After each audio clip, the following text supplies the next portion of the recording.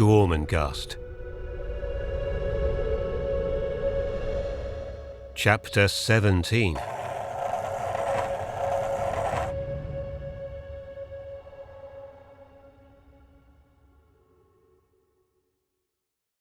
The morning classes had begun. In the schoolrooms 100 things were happening at the same time, but beyond their doors there was drama of another kind, a drama of scholastic silence, for in the deserted halls and corridors that divided the classes it surged like a palpable thing and lapped against the very doors of the classrooms. In an hour's time the usher would rattle the brass bell in the central hall, and the silence would be shaken to bits as, erupting from their various prisons, a world of boys poured through the halls like locusts. In the classrooms of Gormenghast, as in the master's common room, the halls were of horsehide. But this was the only thing they had in common, for the moods of the various rooms and their shapes could not be more various. Fluke's room, for instance, was long, narrow, and badly lit from a small top window at the far end. Opus Fluke lay in an armchair draped with a red rug. He was in almost total shadow. Although he could hardly make out the boys in front of him, he was in a better position than they were, for they could not see him at all. He had no desk in front of him, but sat there, as it were, in the open darkness. 1 or 2 textbooks were littered about the floor beneath his chair for the sake of form. The dust lay over them so thickly that they were like grey swellings. Mr. Fluke had not yet discovered that they had been nailed into the floorboards for over a year. Perch Prism's room was deadly square and far too well lit to please the neophytes. Only the leather walls were musty and ancient, and even they were scrubbed and oiled from time to time. The desks, the benches, and the floorboards were scoured with soda and boiling water every morning, so that apart from the walls, there was a naked whiteness about the room which made it quite the most unpopular. Cribbing was almost impossible in that cruel light. Flannel Cat's room was a short tunnel with a semicircular glass window which filled in the whole of the near end. In contrast to Fluke, sitting in the shadows, Mr. Flannel Cat, perched aloft at a very high desk, presented a different picture. As the only light in the room poured in from behind him, Mr. Flannel Cat might as well, in the eyes of his pupils, have been cut out of black paper. There he sat against the bright semicircular window at the end of the tunnel, his silhouetted gestures jerking to and fro against the light. Through the window could be seen the top of Gormenghast Mountain, and this morning, floating lazily over its shining head, were 3 small clouds like dandelion seeds. But of the numerous classrooms of Gormenghast, each one with its unique character, there was, that morning, one in particular. It lay upon one of the upper floors, a great, dreamy hall of a place, with far more desks than were ever used, and far more space than was ever academically needed. Great strips of its horsehide hung away from the walls. The window of the classroom faced to the south, so that the floor, which had never been stained, was bleached, and the ink that had been spilt, term after term, had faded to so beautiful and wan a blue that the floorboards had an almost fairy colouring. Certainly there was nothing else particularly fairy about the place. What, for instance, was that sack-like monster, that snoring hammock, that dead weight of disjointed horror? Vile and brutish it looked as it lay curled like a black dog on the professor's desk. But what was it? One would say it was dead, for it was as heavy as death and as motionless. But there was a sound of stifled snoring coming from it, with an occasional whistle as of wind through jagged glass. Whatever it was, it held no terror, nor even interest for the score or so of boys who, in that dreaming and timeless hall in the almost forgotten regions of the upper school, appeared to have something very different to think about. The sunbeams poured through the high window. The room was in a haze of motes, but there was nothing dreamy about the pupils. What was happening? There was hardly any noise, but the tension in the air had a loudness of its own. For there was in progress a game of high and dangerous hazards. It was peculiar to this classroom. The air was breathless. Those not taking part in the peculiar battle squatted on desks or cupboards. A fresh phase was about to begin. Their ingenious faces were turned to the window. Seasoned creatures they looked, these wiry children of chance. The veterans moved into position. Everything was ready. The 2 loose floorboards had been taken up, and the first of them was propped against the window sill so that it slanted across and towards the floor of the classroom at a shallow angle. Its secret underside had been scraped and waxed with candle stubs for as long as could be remembered, and it was that underside which was facing the ceiling. The second of the long floorboards, equally polished, was placed end to end with the first, so that a stretch of narrow and slippery wood extended some 30 feet across the schoolroom from the window to the opposite wall. The team which was standing close by the open window was the first to make a move, and one of its number, a black-haired boy with a birthmark on his forehead, jumped on the windowsill, apparently without giving a thought to the 100-foot drop on the other side. At this moment, members of the enemy team, who were crouching behind a row of desks at the back of the schoolroom, marshalled their paper pellets, as hard as walnuts, which they proposed to let loose from small naked catapults, worn to a silky finish by ceaseless handling. There has been a time when clay, and even glass, marbles were used, but after the third death, and a deal of confusion in the hiding of the bodies, it was decided to be content with paper bullets. Those were by no means gentle substitutes, the paper having been chewed, kneaded, mixed with white gum, and then compressed between the hinges of desks. Travelling as they did with deadly speed, they struck like a lash of a whip. But what were they to fire at? Their enemies stood by the window and were obviously not expecting anything to fly in their direction. The firing party were not even looking at them. They stared fixedly ahead, but at the same time were beginning to close their left eyes and stretch their strands of grim elastic. And then, suddenly, the significance of the game unfolded itself in a sharp and rhythmic whirl. Too rapid, too vital, too dangerous for any dance or ballet, yet as traditional and as filled with subtleties. What was happening?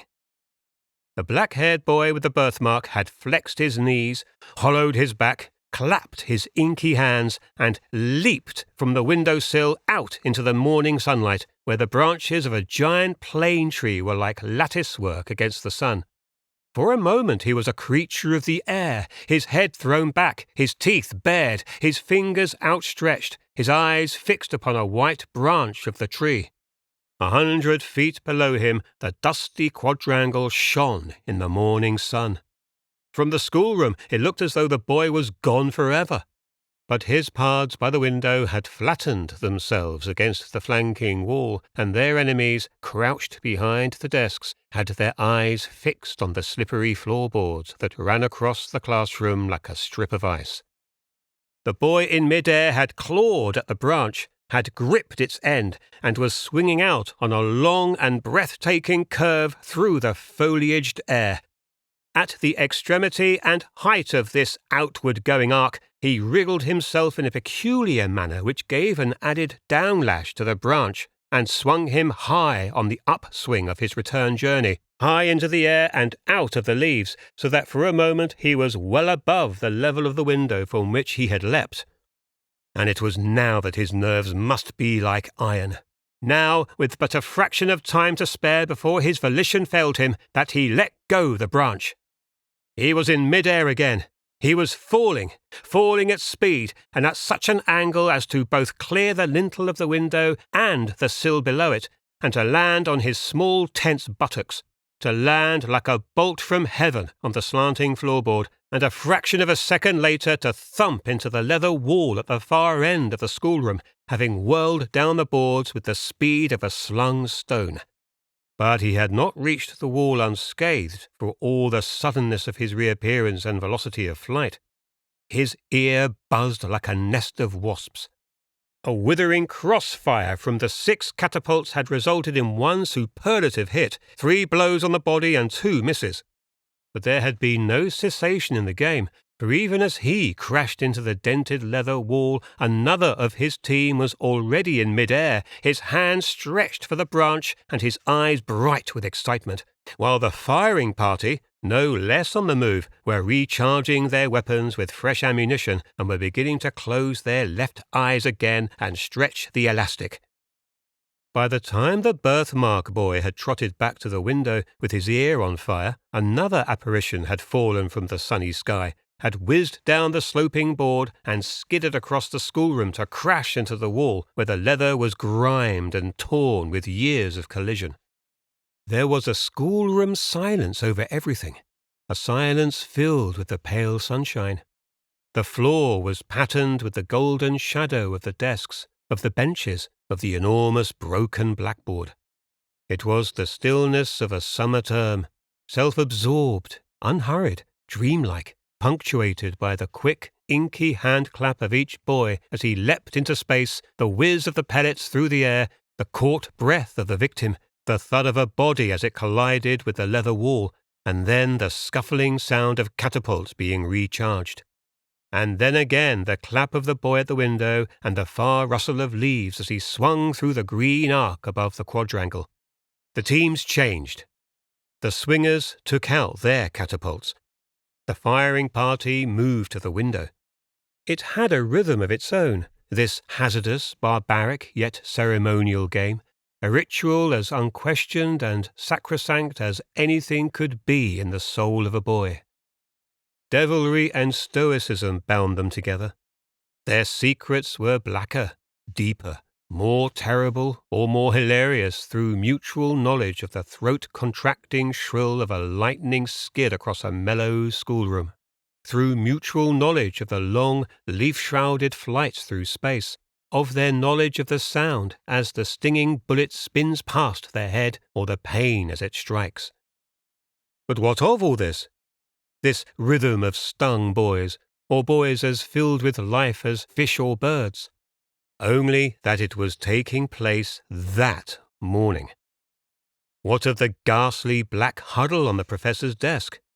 The sunlight streaming through the leaves of the plane tree had begun to dapple it with shimmering lozenges of light. It snored, a disgraceful sound to hear during the first lesson of a summer morning. But the moments of its indulgence were numbered, for there was, all of a sudden, a cry from near the ceiling and above the schoolroom door. It was the voice of an urchin, a freckled wisp of a thing who was perched on a high cupboard. The glass of the fanlight above the door was at his shoulder. It was dark with grime, but a small circle the size of a coin was kept transparent, and through this spy-hole he could command the view of the corridor outside. He could thus give warning not only to the whole class, but to the professor at the first sign of danger. It was rarely that either Barquentine or Deadyawn made a tour of the schoolroom, but it was as well to have the freckled urchin stationed on the cupboard from first thing in the morning onwards, for there was nothing more irritating than for the class to be disturbed. That morning, lying there like a toy on the cupboard top, he had become so intrigued by the changing fortunes of the game below him that it had been over a minute since he had last put his eye to the spy-hole. When he did so, it was to see, not 20 feet from the door, a solid phalanx of professors, like a black tide, with Deadyawn himself at the fore, out-topping the others in his high chair on wheels. Deadyawn, who headed the phalanx, was head and shoulders above the rest of the staff, although he was by no means sitting up straight in his high, narrow chair. With its small wheels squeaking at the feet of the forelegs, it rocked to and fro as it was propelled rapidly forwards by the usher, who was as yet invisible to the wisp at the spy-hole, being hidden by the high, ugly piece of furniture. ugly beyond belief, with its disproportionate feeding tray at the height of Deadyawn's heart and the raw little shelf for his feet. What was visible of Deadyawn's face above the tray appeared to be awake, a sure sign that something of particular urgency was in the air. Behind him the rustling darkness was solid with the professors. What had happened to their various classes, and what on earth they could want on this lazy floor of the castle at any time, let alone at the beginning of the day, was unguessable. But here, nevertheless, they were, their gowns whisking and whispering along the walls on either side. There was an intentness in their gait, a kind of mass seriousness, quite frightening. The midget boy on the cupboard top cried his warning with a shriller note in his voice than his schoolfellows had ever heard before. "The yawner!" he screamed. "Quick! Quick! Quick! The yawner! And all of them! Let me down! Let me down!" The rhythm of the hazardous game was broken. Not a single pellet whizzed past the head of the last boy to burst out of the sunlight and crash into the leather wall. In a moment the room was suspiciously quiet. 4 rows of boys sat half-turned at their desks, their heads cocked on one side, as they listened to the squeaking of Deadyawn's chair on its small wheels as it rolled towards them through the silence. The wisp had been caught, having dropped from what must have seemed to him a great height into the arms of a big straw-headed youth. The 2 floorboards had been grabbed and shot back into their long, narrow cavities immediately below the professor's desk. But a mistake had been made, and when it was noticed, it was too late for anything to be done about it. One of the floorboards in the whirl of the moment had been put back upside down. On the desk itself, the heavy, black, dog-like weight was still snoring. Even the shrill cry of the "Look out!" had done no more than send a twitch through the jointed huddle. Any boy in the first row, had he thought it possible to reach the professor's desk and get back to his own place before the entry of Deadyawn and the staff, would have thrown the folds of Belgrove's gown off Belgrove's sleeping head, where it lay sunk between his arms on the desktop, and would have shaken Belgrove into some sort of awareness, for the black and shapeless thing was indeed the old master himself, lost beneath the awning of his gown. For his pupils had draped it over his reverend head, as they always did when he fell asleep. But there was no time. The squeaking of the wheels had stopped. There was a great trampling and scuffling of feet as the professors closed their ranks behind their chief. The door handle was beginning to turn. As the door opened, 30 or so boys, doubled over their desks, could be seen scribbling furiously, their brows knit in concentration. There was a moment of unholy silence. And then the voice of the usher, Mr. Fly, cried out from behind Deadyawn's chair, "The headmaster!" And the classroom scrambled to its feet. All except Belgrove.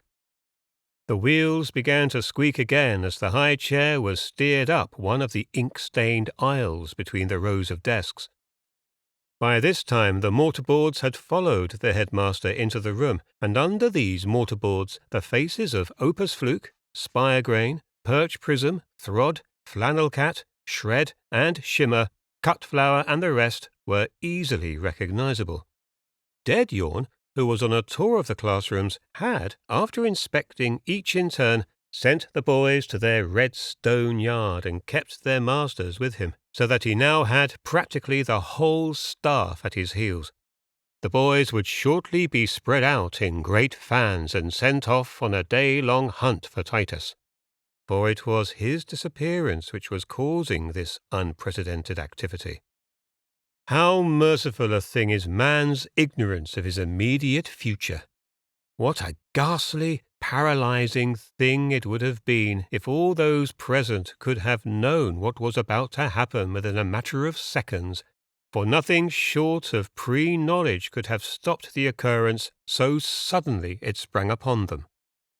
The scholars were still standing, and Mr. Fly, the usher, who had reached the end of the passage between the desks, was about to turn the high chair to the left and to run it up under Belgrove's desk where Deadyawn could speak to his oldest professor when the calamity occurred, and even the dreadful fact of Titus's disappearance was forgotten, for the fly had slipped. His feet had fled from under his perky body. His cocky little walk was suddenly a splayed confusion of legs. They shot to and fro like a frog's.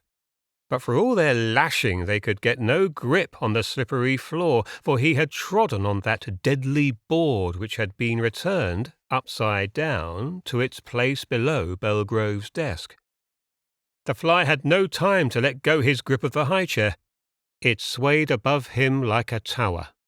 And then, while the long line of the staff peered over one another's shoulders, and the boys stood at their desks transfixed, something more appalling than they had ever contemplated took place before them. For as the fly came down in a crash on the boards, the wheels of the high chair whirled like tops and gave their final screech, and the rickety piece of furniture leapt like a mad thing, and from its summit something was hurled high into the air.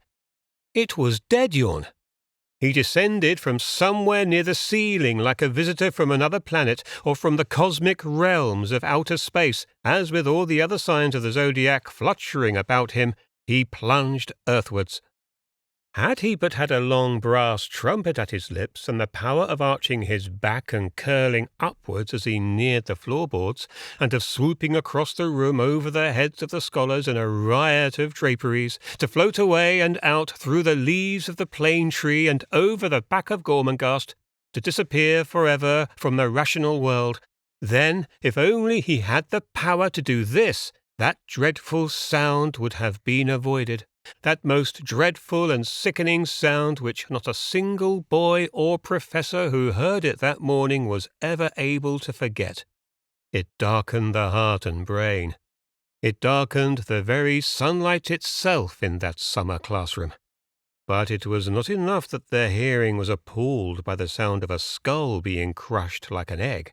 For, as though everything was working together to produce the maximum horror, fate had it that the headmaster, in descending absolutely vertically, struck the floor with the top of his cranium and remained upside down in a horrible state of balance, having stiffened with a form of premature rigor mortis.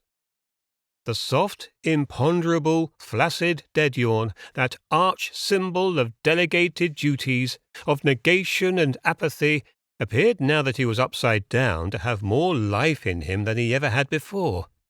His limbs, stiffened in the death spasm, were positively muscular. His crushed skull appeared to balance a body that had suddenly perceived its reason for living. The first movement, after the gasp of horror that ran across the sunny schoolroom, came from among the debris of what was once the high chair. The usher emerged, his red hair ruffled, quick eyes bulging, his teeth chattering with terror. At the sight of his master upside down, he made for the window, all trace of cockiness gone from his carriage, his sense of propriety so outraged that there was nothing he wanted so much as to make a quick end to himself. Climbing on the window-sill, the fly swung his legs over and then dropped to the quadrangle 100 feet below. Perch Prism stepped forward from the ranks of the professors. "All boys will make their way immediately to the Redstone Yard," he said in a crisp, high staccato. "All boys will wait there quietly until they are given instructions. Parsley!" A youth, with his jaw hanging wide and his eyes glazed, started as though he had been struck. He wrenched his eyes from the inverted Deadyawn, but could not find his voice. "Parsley," said Perch Prism again, "you will lead the class out, and Chives, you will take up the rear. Hurry now, hurry! Turn your heads to the door there! You, Sage Minor! And you there, Mint, or whatever your name is! Wake your ideas up! Hustle, hustle, hustle!" Stupefied, the scholars began to file out of the door, their heads still turned over their shoulders at their late headmaster. 3 or 4 other professors had to some extent recovered from the first horrible shock and were helping Perch Prism to hustle the remnants of the class from the room. At last the place was clear of boys. The sunlight played across the empty desks. It lit up the faces of the professors, but seemed to leave their gowns and mortarboards as black as though they alone were in shadow. It lit the soles of Deadyawn's boots as they pointed stiffly to the ceiling. Perch Prism, glancing at the professors, saw that it was up to him to make the next move. His beady black eyes shone. What he had of a jaw he thrust forward. His round, babyish, pig-like face was set for action. He opened his prim, rather savage little mouth and was about to call for help in righting the corpse when a muffled voice came from an unexpected quarter. It sounded both near and far. It was difficult to make out a word, but for a moment or two the voice became less blurred. "No, I don't think so, little man," it said. "For 'tis love long lost, my queen, while Belgrove guards you." The drowsy voice continued in its sleep. "When lion sprowl, I'll tear their manes off you. When serpents hiss at you, I'll tread on them, probably, and scatter birds of prey to left and right." A long whistle from under the draperies, and then, all of a sudden, with a shudder, the invertebrate mass began to uncoil itself as Belgrove's shrouded head raised itself slowly from his arms. Before he freed himself of the last layer of gown, he sat back in his tutorial chair, and while he worked with his hands to free his head, his voice came out of the cloth darkness. "Name an isthmus," it boomed. "Tinepot? Quackfire? Barrowmarsh? Hag? Dankle? What? Can no one tell his old master the name of an isthmus?" With a wrench he unravelled his head of the last vestment of gown, and there was his long, weak, noble face, as naked and venerable as any deep-sea monster's. It was a few moments before his pale blue eyes had accustomed themselves to the light. He lifted his sculptured brow and blinked. "Name an isthmus," he repeated, but in a less interested voice, for he was beginning to be conscious of the silence in the room. "Name an isthmus." His eyes had accustomed themselves sufficiently for him to see, immediately ahead of him, the body of the headmaster balanced upon his head. In the peculiar silence, his attention was so riveted upon the apparition in front of him that he hardly realized the absence of his class. He got to his feet and bit at his knuckle, his head thrust forward.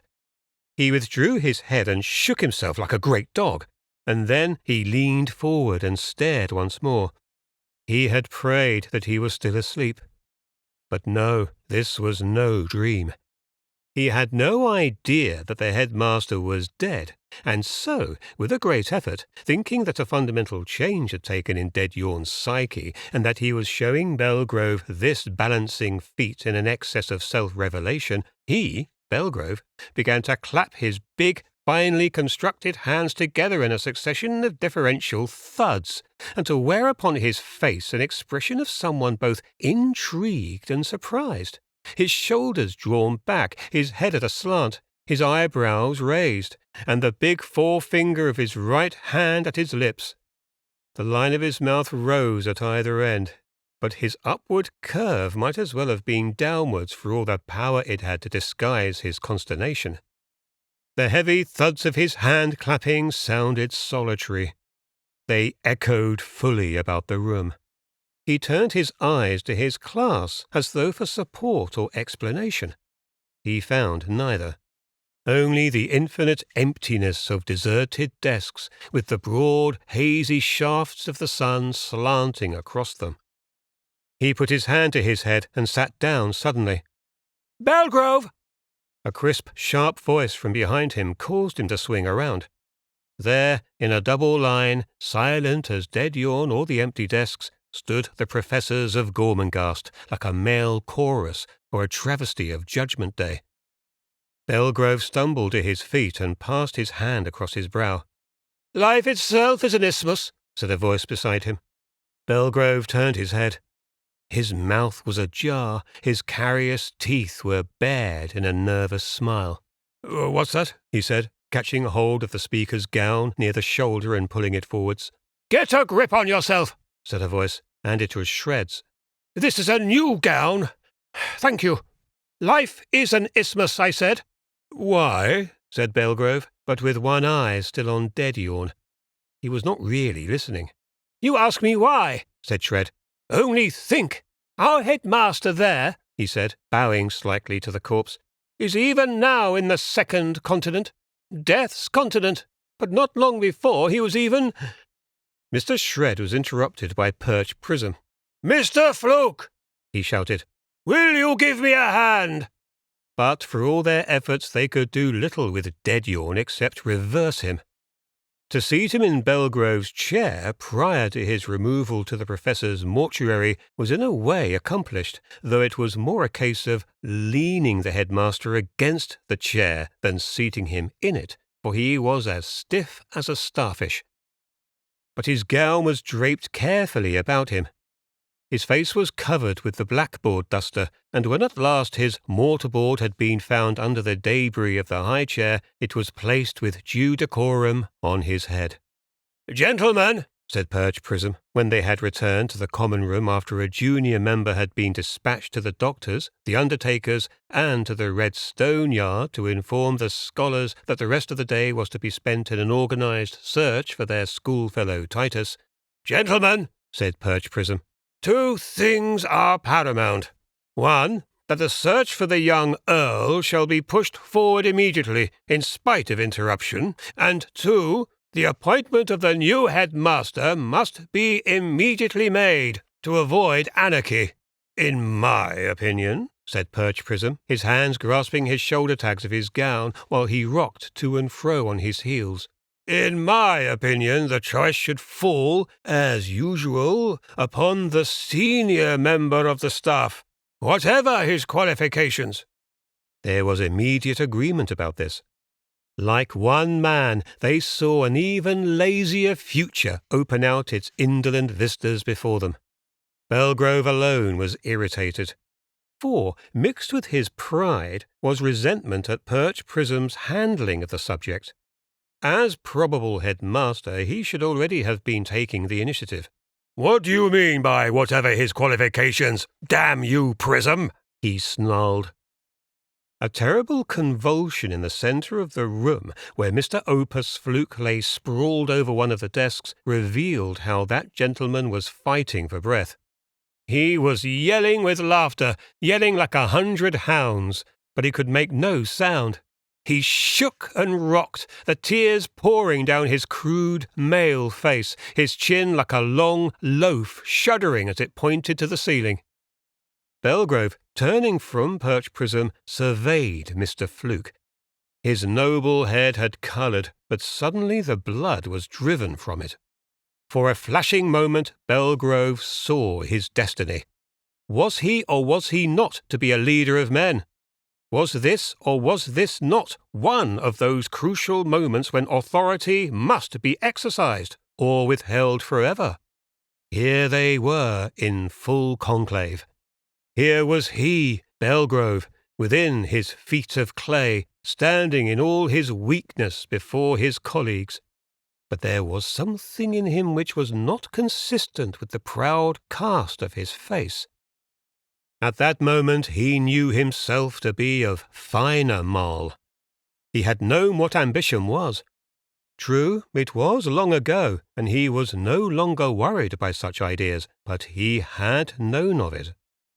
Quite deliberately, realizing that if he did not act at once, he would never act again, he lifted a large stone bottle of red ink from the table at his side and, on reaching Mr. Fluke and finding his head thrown back, his eyes closed, and his strong jaws wide open in a paroxysm of seismic laughter, Mr. Belgrove poured the entire contents down the funnel of Fluke's throat in one movement of the wrist. Turning to the staff, "Perch Prism," he said, in a voice of such patriarchal authority as startled the professors almost as much as the ink-pouring. "You will set about organizing the search for his lordship. Take the staff with you to the Red Stone Yard. Flannel Cat, you will get Mr. Fluke removed to the sick room. Fetch the doctor for him. Report progress this evening. I shall be found in the headmaster's study. Good morning, gentlemen." As he swept out of the room with a bellying sweep of his gown and a toss of his silver hair, his old heart was beating madly. Oh, the joy of giving orders! Oh, the joy of it! Once he had closed the door behind him, he ran with high, monstrous bounds to the headmaster's study and collapsed into the headmaster's chair, his chair from now onwards. He hugged his knees against his chin, flopped over on his side, and wept with the first real sense of happiness he had known for many years.